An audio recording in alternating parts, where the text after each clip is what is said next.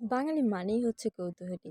সেটা কোনো বড় ব্যাপারে হোক আর ছোট ব্যাপারে হোক, তাদের সেটা দেখা চাই এবং জানা চাই। আর যদি হয় কোনো উত্তেজনামূলক ব্যাপার, তাহলে তো কথাই নেই, বাঙালি সেটা দেখতেই হবে। যাই হোক, আমিও আর বাদ পড়লাম কিসে, যেহেতু আমি বাঙালি। তো হ্যালো গাইস, সবার কি অবস্থা, কেমন আছেন সবাই? আশা করছি সবাই অনেক বেশি ভালো আছেন। আমি আবার একটি নতুন ব্লগ নিয়ে হাজির। আর তনুস লাইফ স্টাইলে সবাইকে স্বাগতম।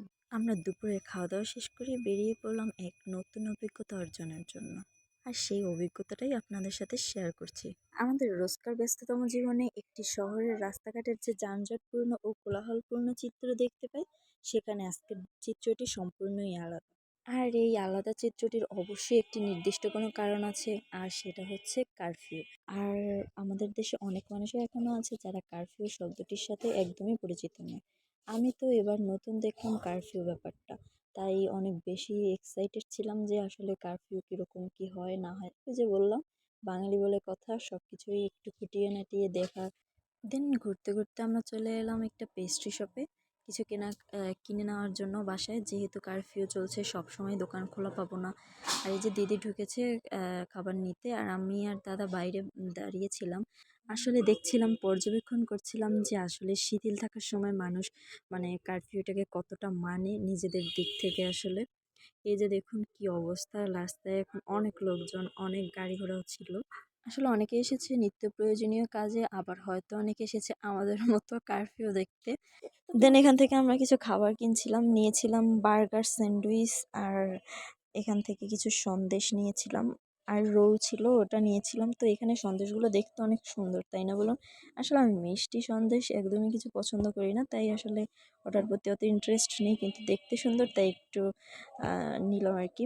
এই যে এখন আমরা বাসায় চলে গেলাম, তারপরে ক্লিপসগুলো নেওয়া হয়নি তো রাতে।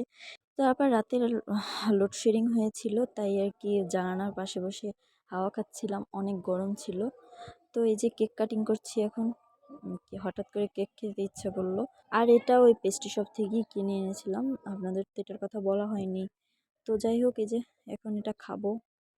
তারপর চলে গেলাম ছাদে। ছাদে অনেকগুলো গাছ ছিল, দাদা লাগিয়েছিল। অনেক ভিডিও তো আপনাদের সাথে শেয়ার করছি রিলসে।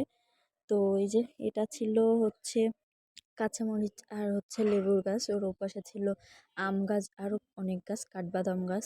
তো দেখুন এই লেবু গাছটায় লেবুগুলো কি যে সুন্দর, কি বলবো। এই লেবুটা কিন্তু মিষ্টি লেবু, একদমই টক না। যদিও টেস্ট করা হয়নি আসলে, কিন্তু যেখান থেকে কিনে এনেছিল সেখানে লোকটা বলেছিল এটা মিষ্টি লেবু। আর এই দেখুন এই মরিচগুলো তো অনেক বেশি সুন্দর, আর সাথে সাথে অনেক বেশি ঝালও ছিল কিন্তু। তো তারপরে এই যে ছাদে চলে গেলাম, উপরের ছাদে। এখানে সবগুলো ছিল ফুলের গাছ। আর ফুল কার না ভালো লাগে বলুন? ফুলগুলো দেখতে অনেক সুন্দর ছিল, আর বিভিন্ন রকমের ফুল। আর এটা হচ্ছে বেলি ফুল।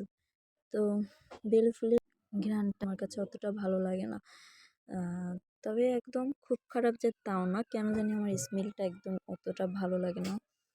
যাই হোক, এই যে এখানে আরও কিছু কিছু ফুল ছিল। আর এই যে আমি আবার একটু বেলি ফুলটা হাতে নিয়ে একটু ভিডিও করছিলাম। বেলি ফুলটা দেখতে কিন্তু অসম্ভব সুন্দর, তাই না বলুন? তো এই যে ফুল পর্যবেক্ষণ শেষ করে রাতের ডিনারটা সেরে নিচ্ছিলাম। আর এখানে একটা ভাজি ছিল, কই মাছ ছিল, আর ডাল ছিল। তো খাওয়া শেষ করে একটা নাটক দেখছিলাম, নাটকটা অনেক সুন্দর ছিল। আসলে আমার নামটা মনে নেই, তবে এই যে যৌবা আর তন্নি মেবি ওর নাম, এই দুজনের নাটক অসম্ভব ভালো লাগে আমার কাছে।